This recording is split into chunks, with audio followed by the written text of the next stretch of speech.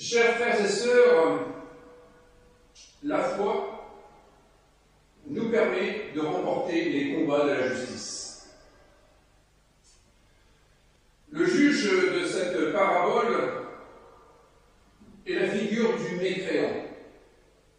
Cela est expliqué par 2 fois où il est question de ne pas craindre Dieu et de n'avoir aucun égard pour qui que ce soit d'ailleurs. Cela signifie, en d'autres termes, que ce juge n'a ni Dieu ni maître. Et il s'en félicite. C'est un mécréant, un homme délibérément pourvu de foi. Il n'est pas comme ceux qui disent qu'ils aimeraient avoir la foi, mais qu'ils ne l'ont pas. Ce juge est un homme qui revendique le fait de ne pas craindre Dieu et de n'avoir aucun égard pour qui que ce soit, autrement dit de n'avoir aucun maître. Cette tentation du ni Dieu ni maître pourrait attirer les assoiffés de la liberté. Ce pourrait être le rêve de tous ceux qui veulent s'affranchir des contraintes, ces contraintes qui empêcheraient d'avoir une vie pleinement épanouie. En termes religieux, ni Dieu, ni maître, c'est vivre sans aucune foi. Ni la foi en Dieu qui transcende notre existence, qui révèle qu'il y a plus grand que nous ne nous suffisons pas à nous-mêmes, que nous tirons notre identité d'un autre que nous-mêmes. Ni la foi des personnes qui incarnent cette altérité, qui incarnent le fait que nous ne pouvons pas être vraiment humains, en faisant comme si on était seul au monde. Nous ne sommes pas auto-fondés. Nous ne pouvons pas faire comme si les autres n'étaient que quantité négligeable, comme si nous n'avions rien à apprendre des autres, comme si nous n'avions besoin d'aucun maître. L'absence de foi revendiquée par ce juge de la parabole va être précisément la cause de sa perte, de son échec, de son renoncement. Il pensait être fort en n'ayant ni Dieu ni maître, toutes ces choses pour être faible. Il s'avère que dans cette histoire, il est plus faible que la veuve. Alors qu'il ne voulait rien faire en faveur de la justice, il va finalement se résoudre à faire justice pour cette femme. Alors qu'il ne voulait rien faire, il va finir par faire. Quel est le plus contraint des deux, finalement? Quel est le moins libre des deux? Alors qu'il résistait aux demandes répétées, il va céder, il va rompre. Au bout du compte, c'est la veuve qui va l'emporter. Alors que la veuve est la personne la plus fragile de l'histoire, la personne la plus fragile de la société, la personne la moins puissante à cette époque. Et on pourrait dire de nos jours encore. Les veuves sont une figure de la fragilité et de la précarité. D'autant que dans ce texte, elle ne semble pas épaulée par un enfant, par de la famille ou par des amis. Elle est seule au monde. Elle est seule, mais elle n'est pas isolée. Contrairement au juge qui a certainement un grand réseau social, mais qui se retrouve bien esselé dans cette affaire à cause de lui-même. Justement parce qu'il n'a ni Dieu, ni maître. Il ne veut compter que sur lui. Il ne pourra effectivement compter que sur lui. Et cela sera finalement très modeste. Cela est bien insuffisant pour tenir face à cette femme qui, quoique veuve, lui tiendra la dragée haute. Justement parce qu'elle n'a pas cet orgueil de vouloir être seule. Le juge est ici cet homme orgueilleux qui pense pouvoir se dispenser des autres et qui se retrouve bien démuni. Face à cet homme orgueilleux, il y a donc cette veuve, cette femme qui est dans une situation de dépendance absolue. Face à l'homme qui pense avoir tout ce qu'il faut, on pourrait dire qu'il y a cette femme qui manque de tout, y compris de justice. Dans les catégories du juge de la parabole, cette femme n'a rien, donc elle n'est rien. Comme les autres, elle ne jouit d'aucune considération à ses yeux, mais en manquant de tout, il s'avère qu'elle obtient sa récompense théologique, qui est grande dans les cieux. Et voici comment ça marche. La veuve se sait dépendante, terriblement dépendante des autres. Le sentiment de dépendance absolue, c'est l'expression par laquelle le théologien Friedrich Schleiermacher explique ce qu'est la foi. La foi, écrit-il, c'est un sentiment de dépendance pure et simple. La foi, c'est un sentiment de dépendance pure et simple. Par conséquent, la foi, c'est ce qui nous fait adhérer à une parole à laquelle nous nous fions, à une personne envers laquelle nous avons confiance et dont nous tirons notre existence, et par conséquent, dont nous dépendons. C'est cette adhésion qui transforme une situation de grande précarité en situation de plus grande puissance. Lorsque vous êtes perdu dans une ville étrangère, que vous demandez votre chemin et que vous vous fiez à la parole qui vous est donnée, alors vous n'êtes plus dans cette situation de désolation et de perdition. Vous voilà à nouveau orienté vers un avenir et vous êtes en capacité de pouvoir à nouveau frayer un chemin dans la direction espérée. Mais encore faut-il ne pas être dans cette attitude un peu orgueilleuse qui, paraît-il, est un trait plutôt masculin, à savoir ne jamais demander sa direction même lorsqu'on est perdu. Préférer perdre 2 heures à tourner en rond plutôt que d'avoir l'humilité de demander son chemin. Chose qui, paraît-il, n'est pas du tout une caractéristique féminine. À voir. Cette histoire, en tous les cas, nous permet de mieux comprendre ce que l'apôtre Paul explique par ailleurs dans sa seconde lettre aux Corinthiens, lorsqu'il dit « C'est effectivement quand je suis faible que je suis fort. Parce qu'alors Dieu peut donner toute sa mesure à ma faiblesse. » C'est quand on accepte que nous sommes dépendants. C'est quand on accepte que nous ne sommes pas tout puissants, ni même simplement puissants, que nous pouvons accepter un peu d'aide, que nous pouvons accepter de nous en remettre à un autre que nous-mêmes, que nous pouvons avoir un maître qui éclairera notre journée et notre vie. Celui qui pense être plus libre, en rompant tous les liens, en obéissant qu'à lui-même, est en réalité enfermé dans ses seules capacités, qui sont bien inférieures à des capacités plurielles qui coopèrent. C'est ça le travail de l'esprit. Le travail de l'esprit, c'est de mettre en relation des individualités qui sont riches, mais qui seront autrement plus puissantes parce qu'elles coopèrent. Coopérer. Synergio, la synergie. Encore un terme de l'apôtre Paul. Celui qui veut être totalement indépendant se retrouve à devoir tout faire par lui-même. Et si on pousse de façon radicale cette logique de la dépendance, de l'indépendance absolue, à quoi cela mène-t-il? Eh bien, cela signifie que l'on doit non seulement produire sa nourriture et son eau potable, mais aussi les instruments de sa protection contre toutes sortes d'intempéries, contre les menaces de la vie.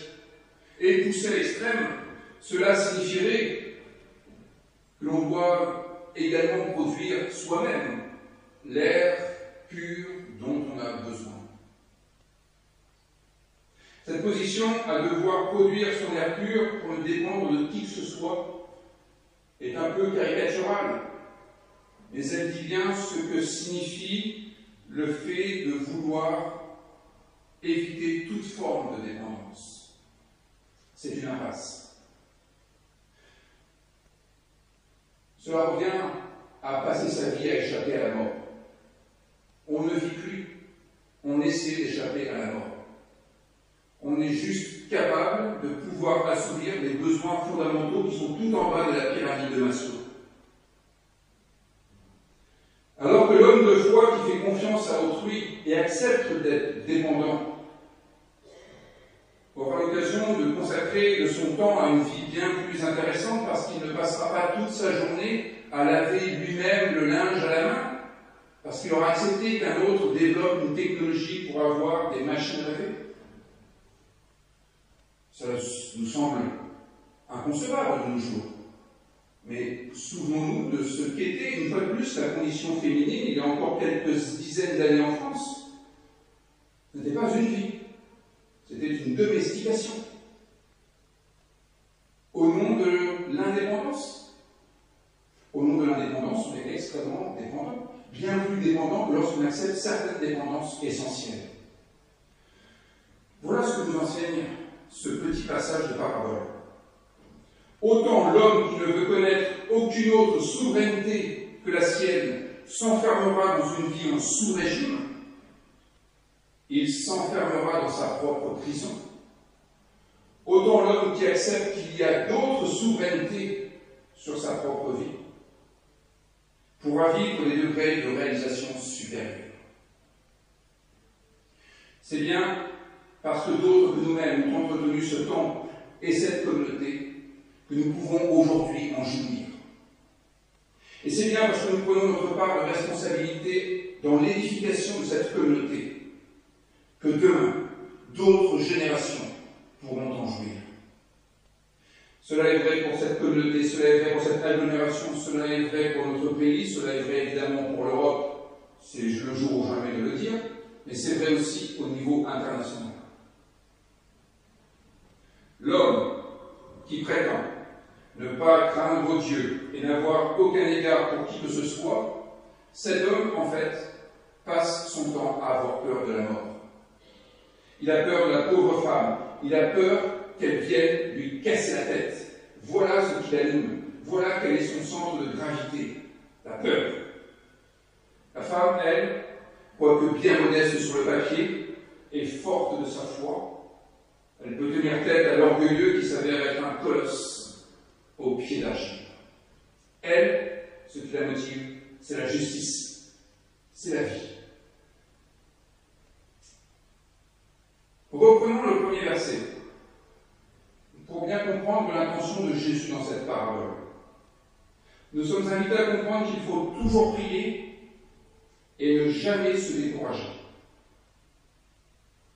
Voilà ce que la foi rend possible.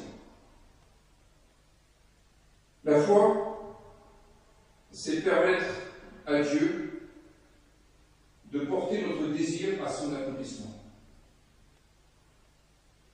Le juge sans justice, c'est comme cela que le rédacteur l'appelle, le juge sans justice, qui n'a ni Dieu ni maître, ne prie pas.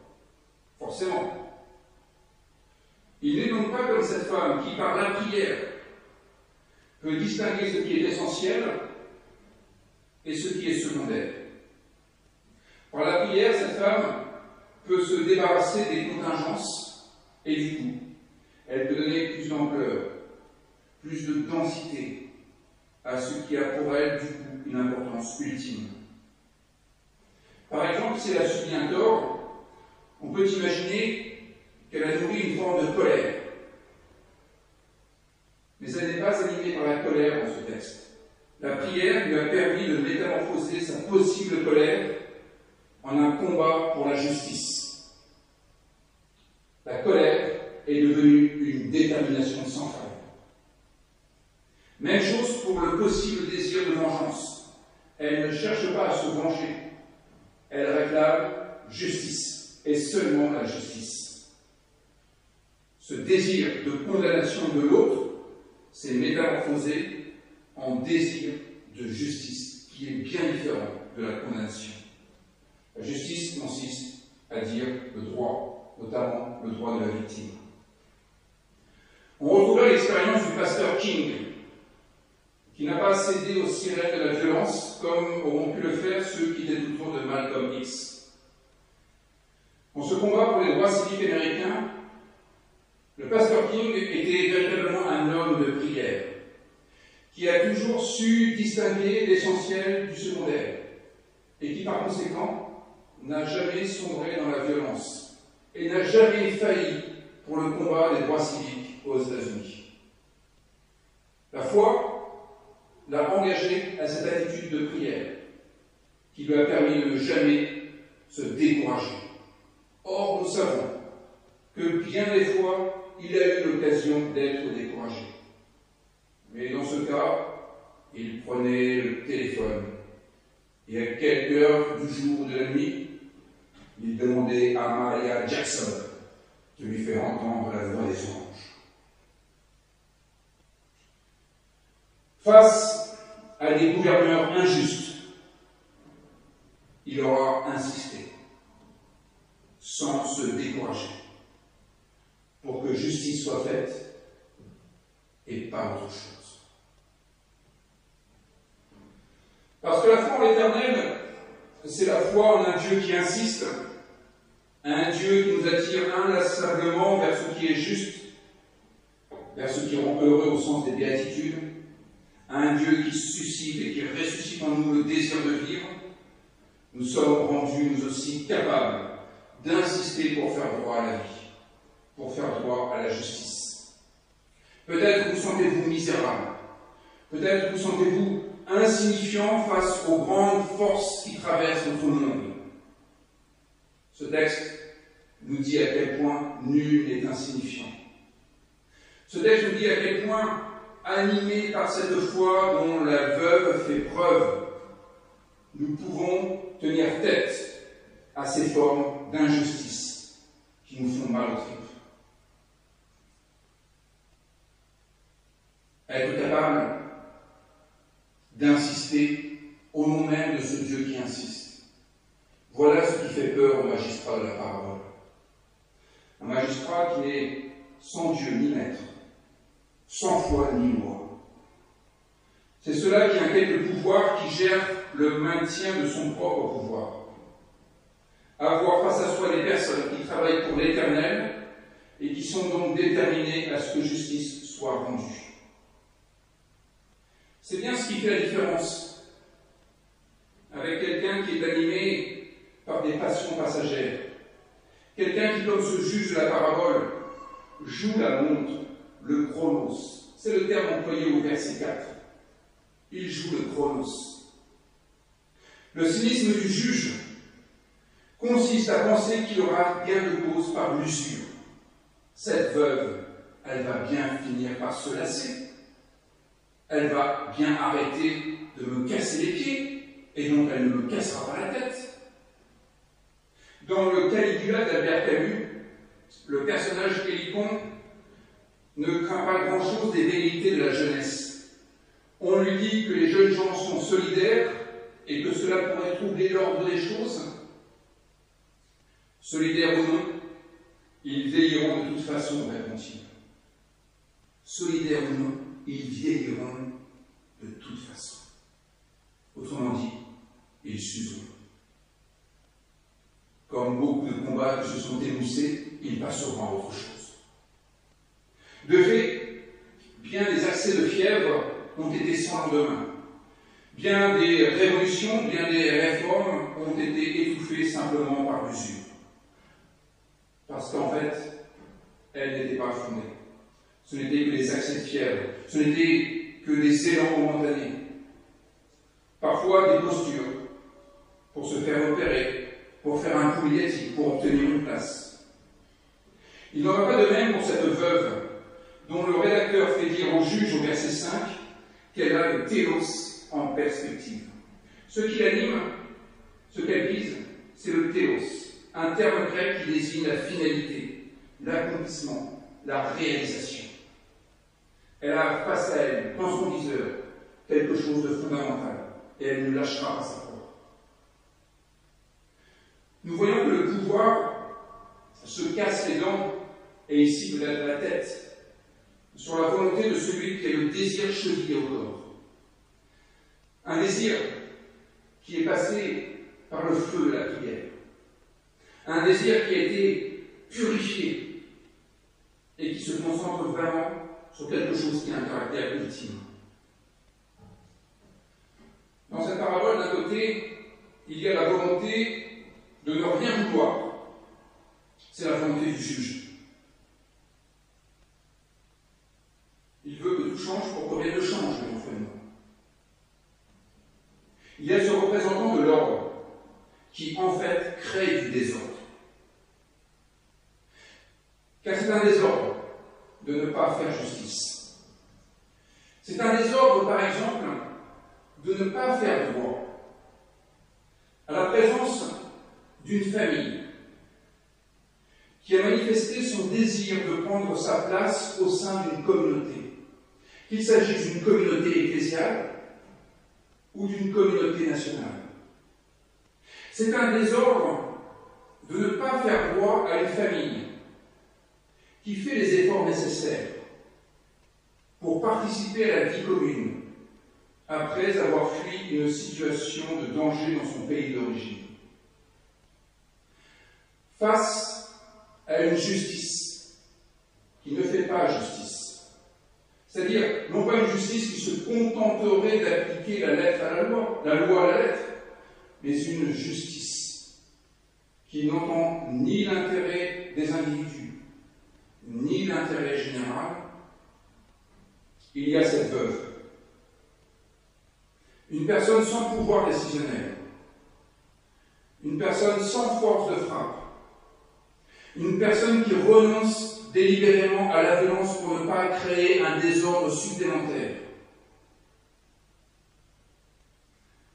Une personne qui se confie en Dieu, qui est un Dieu de miséricorde, et en un maître, qui est un maître de justice. Sa foi en Dieu, sa foi en ce maître, lui donne la détermination nécessaire pour insister afin que justice soit faite.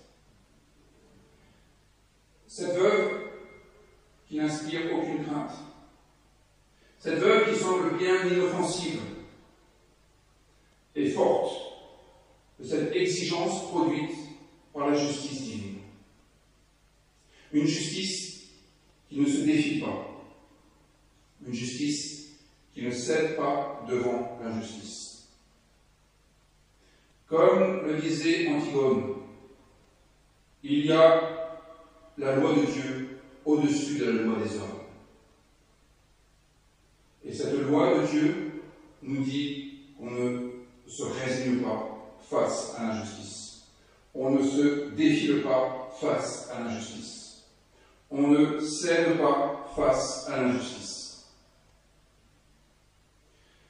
La foi en Dieu nous donne le moyen de prier sans cesse pour purifier notre désir et avoir comme théos, comme volonté, ce qui a un caractère ultime, un désir. Un tel désir existe au moyen de la foi qui donne une envie personnelle et qui lui confère un caractère universel. Un tel désir existe par la prière qui vérifie que ce n'est pas un phénomène transitoire qui nous anime, qui vérifie que ce n'est pas une pulsion orgueilleuse qui nous met en mouvement, mais que cela a bien à voir avec la justice. Dès lors, un tel désir n'a rien à craindre de la justice des hommes. Un tel désir n'a rien à craindre des pouvoirs arrogants. Un tel désir n'a rien à craindre d'un magistrat qui ne voudrait pas être juste. Si nous connaissons une situation injuste et que nous sommes animés par la foi, alors il n'y aura pas à redouter quoi que ce soit. Le Fils de l'homme adviendra, ce qui est une manière de dire que l'humanité l'emportera toujours, qu'elle adviendra et que la justice sera rendue. Amen.